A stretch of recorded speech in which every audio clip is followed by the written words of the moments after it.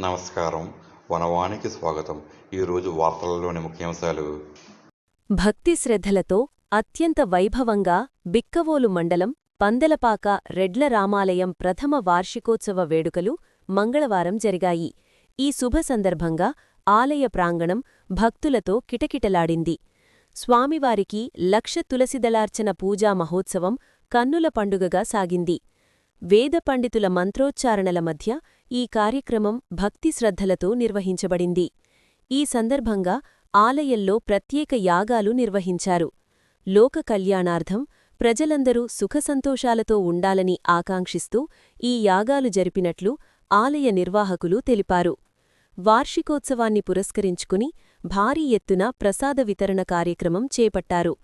పెద్ద సంఖ్యలో భక్తులు తరలివచ్చి స్వామివారిని దర్శించుకుని ప్రసాదాన్ని స్వీకరించారు.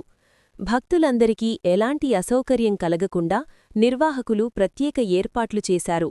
ఈ కార్యక్రమం విజయవంతం కావడానికి సహకరించిన ప్రతి ఒక్కరికీ ఆలయ కమిటీ సభ్యులు కృతజ్ఞతలు తెలిపారు. భవిష్యత్తులో కూడా ఇలాంటి ఆధ్యాత్మిక కార్యక్రమాలను మరిన్ని నిర్వహిస్తామని వారు పేర్కొన్నారు.